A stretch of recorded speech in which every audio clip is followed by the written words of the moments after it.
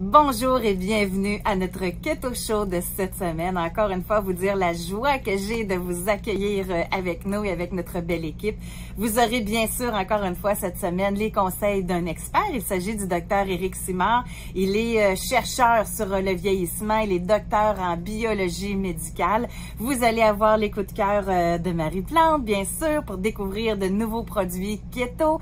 Également une belle recette de croquettes de saumon à la nette. Et vous allez également avoir le privilège d'entendre le témoignage de Ben Wagonmaker. C'est un administrateur de longue date sur le groupe Vive le Bacon. Et vous allez voir que lui, le keto, ça a totalement transformé sa santé, son poids.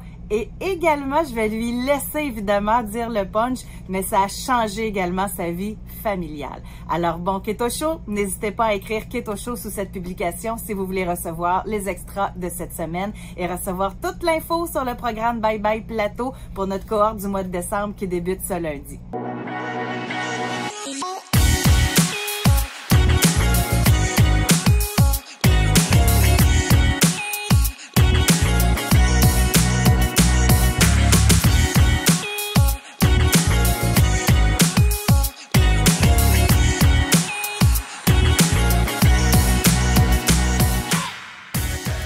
Cette semaine, il me fait grand plaisir d'accueillir dans le Keto Show Dr. Éric Simard. Il est docteur en biologie, chercheur sur le vieillissement. Bonjour Éric. Bonjour José. Là, on va aborder vraiment de plein fouet, je pense, ton sujet de prédilection, le vieillissement. Et ce que je trouve intéressant, c'est que tu as été capable de réunir, en une explication, en une chronique, la personnalité des gens centenaires. Ça veut dire qu'on serait capable de retrouver dans chacune de ces personnes-là des traits qui les réunissent. C'est un peu ça? Tout à fait. Oui, tout à fait. Écoute, c'est quelque chose de vraiment fascinant. Quand j'ai écrit le premier livre, où je me suis arrêté en fait aux habitudes de vie des gens centenaires, il y a une chose en particulier qui a vraiment retenu mon attention, qui est incroyable, c'est que peu importe leur culture, ces gens-là ont tous le même genre de personnalité. Et forcément, si la personnalité des gens centenaires, peu importe la culture, est tous similaire, ça veut dire que ça a un gros rôle à jouer dans la façon à laquelle on va vieillir. Et c'est un élément extrêmement important. Donc, moi, ce que j'ai défini, en fait, comme étant les facteurs importants pour le vieillissement, j'ai réuni 4 grands facteurs qui sont des habitudes de vie et un 5e que j'ai appelé un facteur facilitant. J'espère que dans ces facteurs-là, tu vas prendre un verre de vin rouge chaque soir avant en bonne compagnie. Oui, c'est ça. En fait, dans les facteurs en question, rapidement, il y a l'alimentation, l'activité physique qu'on connaît très bien, la saine gestion du stress et de l'anxiété, dans laquelle j'inclus la qualité du sommeil, en passant, qu'on aura l'occasion de rediscuter ensemble. Oui. Et la 4e, en fait, c'est la qualité de vie sociale, qui est probablement le plus important. Et le facteur facilitant, c'est le fait d'être fondamentalement positif. Si on rentre dans le vif du sujet, au niveau de la personnalité, les gens des populations centenaires, c'est des gens qui sont relativement extravertis, qui ont une grande capacité à parler de leurs émotions. Qui vont être très agréables à vivre. C'est des gens qui sont fondamentalement positifs. Mais quand on parle, José, de gens fondamentalement positifs, là, habituellement, monsieur, madame, tout le monde a de la difficulté à se situer. Ils vont nous dire, c'est le verre d'eau à moitié plein. Attends un petit peu, c'est bien plus que ça, en fait. Pour donner une bonne idée, là, je vais raconter une petite anecdote qui est vraiment succulente, honnêtement. Puis je me suis rendu compte de ça justement quand j'ai regardé les études sur les personnalités des gens centenaires. J'ai reconnu mon arrière-grand-mère, mais exactement, c'était la madame en question. Mais écoute ça, c'est vraiment intéressant. Là, il faut se mettre dans ma peau à moi, OK? J'étais un jeune du primaire. Au primaire, en première, deuxième, troisième année, à l'occasion, j'allais dîner chez mon arrière-grand-mère. Tu vois la chose, hein? Moi, je trouvais ça bien impressionnant. La madame était née en 1900. Et là, à l'époque, je ne réalisais pas que la dame en question, son mari était décédé, elle avait 76 ans. Là, elle était rendue à 86. T'imagines la chose? Elle entretenait encore sa maison toute seule. Wow. J'allais dîner chez elle. Là, ce qui est le plus drôle, écoute ça, c'est que quand je lui demandais comment ça allait, là, elle me répondait toujours de la même façon, à peu près avec le ton d'un général de l'armée. Là. Ça va très bien, ça a toujours bien été, je ne verrais pas pourquoi que ça changerait. À l'époque, ça avait marqué, en fait, ça avait marqué le petit cœur du petit garçon que j'étais, parce que je me disais, mon Dieu, qu'est-ce que je lui dis, tiens. Après, j'ai réalisé, en fait, non, que C'est exactement ça. C'est que là, dans la même phrase, elle venait de me dire exactement, en fait, c'est quoi être fondamentalement positif. Ouais. C'est d'avoir un regard positif sur le passé, avoir un regard positif sur le présent, puis être confiant de l'avenir. La dame en question, là, mon arrière-grand-mère, demande-y pas comment ça va bien. Demande-y demain, ça va aller bien encore. Tu comprends? Ça sert à rien. Parle-moi-en pas, ça va bien. Tu comprends? Ouais. Pour elle, là, même poser la question, ça sert à rien. Dans sa tête, c'est réglé en partant. C'est une perte de temps, là, c'est ça. Imagine-toi que ce qui est vraiment épatant avec les gens des populations centenaires, c'est qu'il y a des articles scientifiques sur l'auto-évaluation des conditions de santé. Donc, quand j'ai lu ça la première fois, je me suis dit, ouais, attends un petit peu, là. Le monsieur de 104 ans, tu lui demandes de s'auto-évaluer ses conditions de santé, à quoi ça sert, tu sais? Ça sert à une chose bien simple, c'est que les médecins ont tiré la conclusion à Okinawa que quand ils questionnaient les centenaires de la population, que les gens y répondaient anormalement, que ça allait anormalement très bien par rapport à ce qu'eux autres évaluaient comme ils situation voyaient réelle. Plus en santé qu'ils l'étaient en réalité. Ils s'évaluaient beaucoup plus en santé que ce qu'ils l'étaient en réalité. OK. Et là, tu as vraiment une description intéressante de ce que c'est être fondamentalement positif. Ce n'est pas nécessairement de nier les choses qui ne vont pas bien, mais c'est d'être tellement convaincu que tout va bien que c'est inébranlable. D'avoir une belle résilience aussi. Puis, dans le fait que ça va bien aller, tu vas trouver des solutions, on va s'adapter, tu comprends? Je me suis rendu compte après, avec le temps, que je suis comme ça, en fait. Moi-même, de nature, je suis de même. Puis c'est quelqu'un qui travaillait avec moi, en fait, qui me l'a dit il y a une quinzaine d'années, une discussion qu'on avait au téléphone, il a fini par me dire, me garochant en pleine face, hey, toi, t'es vraiment fondamentalement positif. Moi, ça m'avait fait... À l'époque, je n'avais pas encore écrit mon premier livre. C'est après que j'ai fait le lien. Fait qu'à 100 ans, on devrait faire des chroniques encore ensemble, parce que je me reconnais un peu là-dedans, moi aussi. Puis en plus, j'invite les gens à aller à écrire Keto Show là, sous la publication, parce que question de donner un petit coup de pouce, moi, je vais revenir, parce que j'ai reçu beaucoup de questions sur Vitoli Bien Vieillir. C'est un produit que tu as conçu et qui peut être en parfaite harmonie, je dirais, avec ce désir de prévenir le vieillissement. On peut dire que c'est vraiment... il y en a qui l'ont appelé comme ça, l'élixir de jouvence. Fait que c'est beaucoup de pression pour toi, là. Mais, mais c'était un peu comme ça qu'on l'a appelé. Donc, juste à écrire Keto Show, vous allez avoir toute l'information dans les extras de l'émission. Docteur Éric Simard, merci beaucoup d'avoir été là.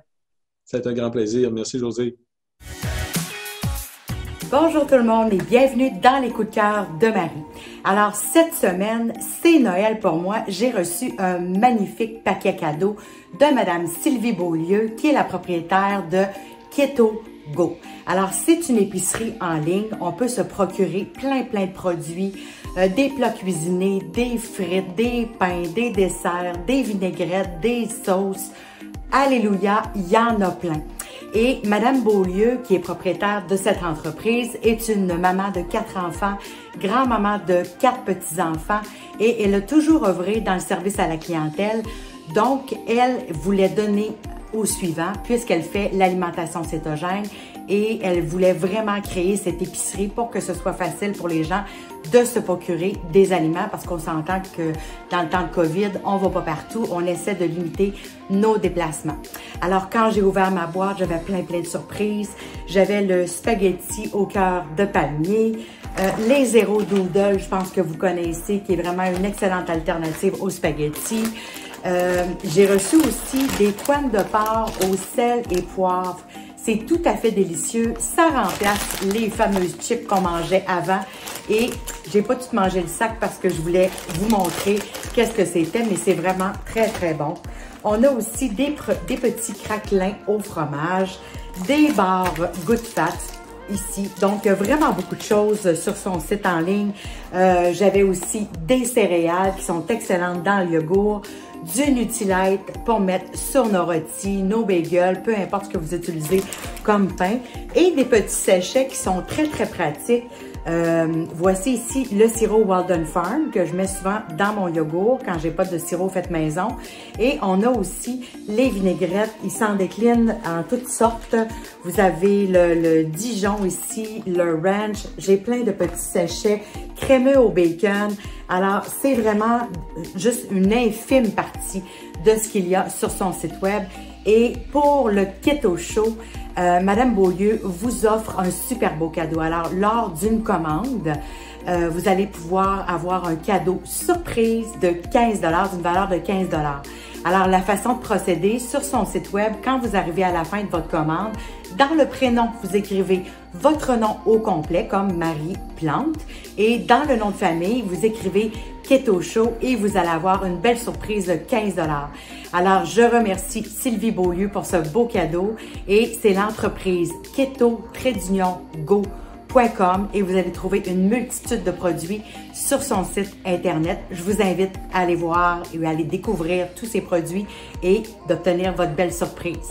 Dans un deuxième temps, moi, j'ai fait une découverte il y a quelques mois et je voulais vous la présenter. On parle souvent sur Vive le Bacon, il y a des gens qui disent que ça leur manque de boire un jus, de boire des canneberges, d'avoir des jus qui sont accessibles pour l'alimentation. Et j'ai découvert ici le Pink Diet qui est complètement au stevia. Donc, il y a 1 gramme de glucides à l'intérieur parce que bien sûr, il y a des canneberges, mais c'est vraiment, vraiment excellent. On peut faire des cocktails avec ça, avec du gin, de la vodka, du rhum, on peut le boire comme ça. Alors, pour ceux qui sont vraiment fans de jus, qui veulent avoir un bon petit verre de jus de temps en temps, qui veulent pas utiliser le Stir ou le Mio, alors c'est du tout prêt. C'est à peu près 3,50 $ la grosse bouteille comme ça. Alors, ça peut remplacer dans vos boissons, n'importe quoi. On peut l'utiliser quand on veut, c'est juste 1 gramme de glucides. Alors, voici pour les coups de cœur de cette semaine. Je vous remercie et on se voit la semaine prochaine. Bye bye! Aujourd'hui, en témoignage, je vous présente un homme que vous connaissez parce que c'est un administrateur du groupe Vive le Bacon. Vous l'avez peut-être déjà vu d'ailleurs dans des événements comme le Keto Fest ou quand je fais la conférence à quelque part puis qu'il est là, je le fais toujours monter sur scène parce qu'il y a vraiment une belle histoire en lien avec le keto. Ben Wagenmaker, bonjour et bienvenue dans notre émission. Bonjour et merci de m'avoir. Oui, je suis très contente. Puis surtout qu'aujourd'hui, on va aborder un thème qui n'a jamais été exploré encore. Je garde le suspense parce que je veux quand même qu'on aborde rapidement ton parcours parce que ça a changé totalement ta vie, toi, le low carb, tout d'abord, le keto. Au niveau de ta santé, c'est phénoménal, de ton poids. Donc, raconte-nous tes premiers pas dans le low carb et le keto, Ben. Okay, je vais essayer de faire un petit résumé rapide. En 2016, on m'a diagnostiqué d'un diabète de type 2, puis trop de cholestérol.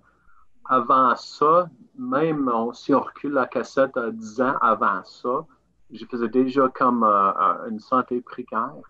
Je faisais de la goutte, je faisais des ulcères, je prenais des médicaments déjà à chaque jour. Je prévoyais faire ça le restant de mes jours, comme bien du monde. Oui. Je prenais comme des médicaments pour la goutte, puis je prenais des Zantac à tous les soirs pour le reflux gastrique, pour bien dormir. Mais après le diagnostic de 2016 de diabète de type 2, c'est ça qui m'a réveillé.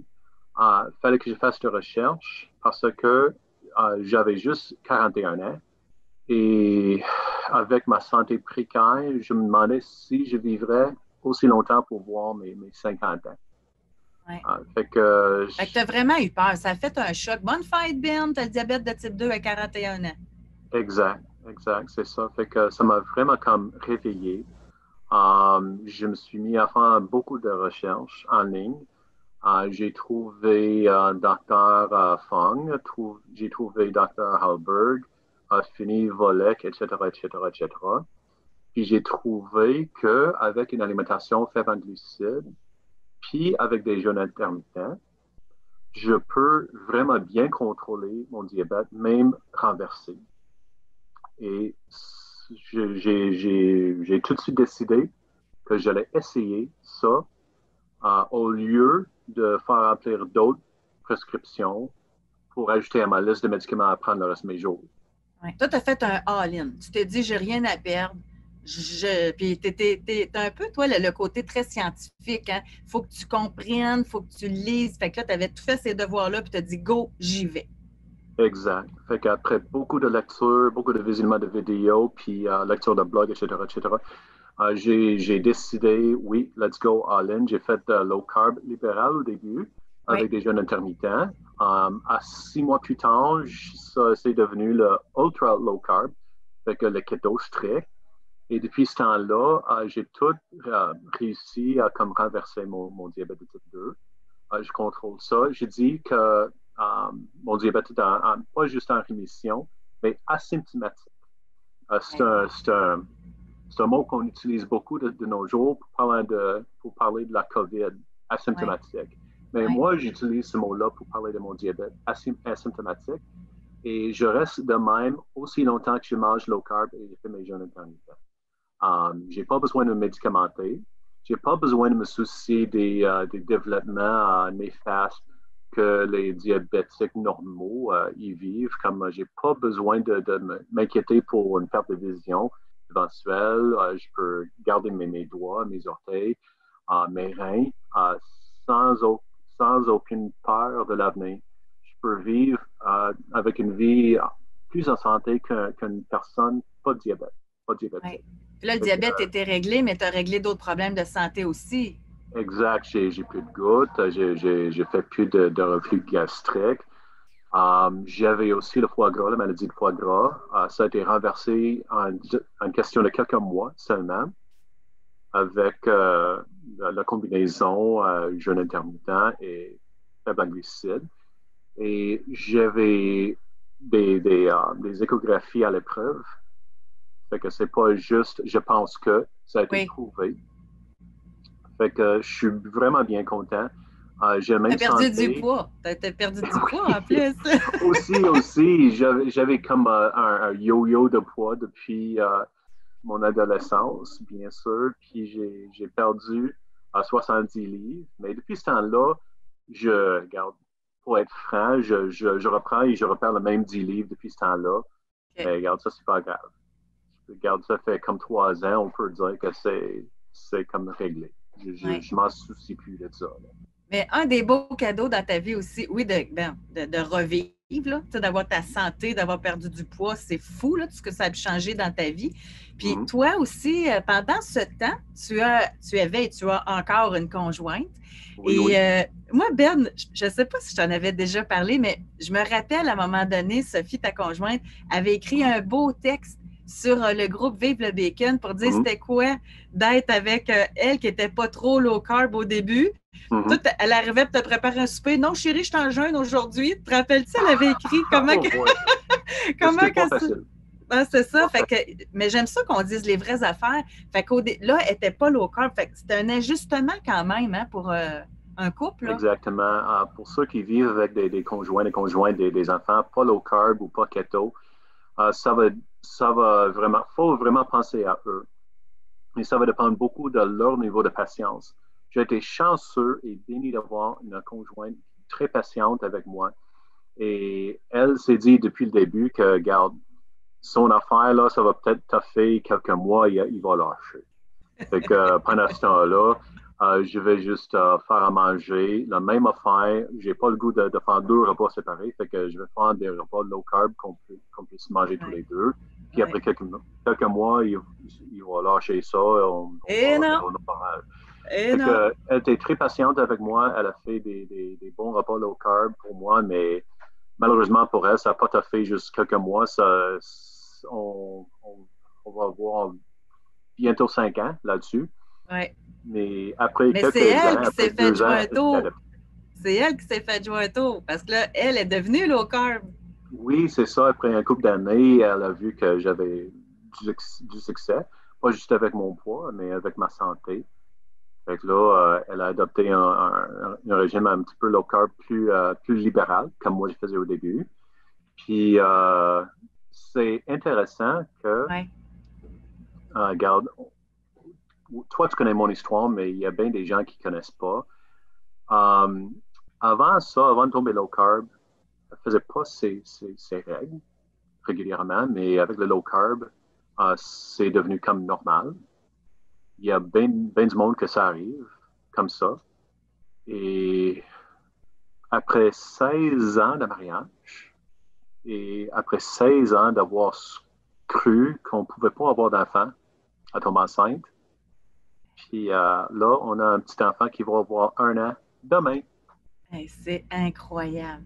Vraiment. Puis c'est rendu là, après 16 ans, vous aviez fait le deuil d'avoir un enfant. Oh oui, on n'y pensait même plus. On n'y pensait même plus. Les Je me gens rappelle disent que encore c'était quand vous l'avez planifié, annoncé. mais on ne pensait Ouais. plus. Oui, oui. Puis toi, puis vous l'attribuez au fait, justement, que le low carb a permis de régulariser ses règles, puis de pouvoir... En partie, peut-être pas au complet, mais ça jouait un rôle, certainement. Et 1 an demain pour... Un an là, demain, oui. Il va fêter ses 1 an. C'est notre petit baby bear et il est mignon comme tout. Puis est-ce que, justement, le fait d'être keto, d'être en santé, d'avoir fait le cheminement, ta conjointe aussi, là, maintenant, le fait d'être parent, est-ce que vous êtes encore plus conscient de notre alimentation en 2020, même pour les enfants qui ont beau de sucre tout le temps? Est-ce que ça vous fait vous en rendre compte encore plus avec un enfant? Bien sûr, on est très, très conscient de ce qu'on donne à manger. On essaie de contrôler le plus possible les ingrédients de ce qu'on y donne. On est choyé vraiment d'avoir une éducatrice à la garderie qui veut minimiser tout ce qui est transformé. Oh, wow. Même elle n'est pas keto, mais elle est consciente des ingrédients, puis elle minimise la quantité d'aliments transformés qu'elle donne à ses enfants. On est super. Puis vous, ça va être quoi? Sûrement que vous en avez discuté, là, c'est parce que un enfant, de couper le sucre, on s'entend que ce n'est pas un problème, là, mais avez-vous l'intention de garder ce rythme-là pour le développement de votre enfant? Parce que ta connaissance, c'est sûr que tu as tout lu là-dessus. Là. Oui, c'est sûr. Regarde, pour nous autres, c'est important qu'il soit un petit peu flexible, qu'il y a la flexibilité.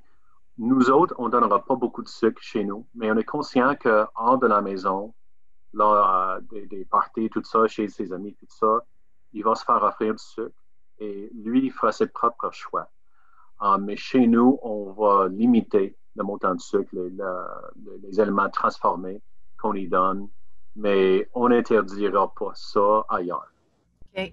Mais je trouve ça super intéressant parce qu'à la maison, il va y avoir des bonnes bases. Puis souvent, là, quand on a des bonnes bases à la maison, ça reste par la suite.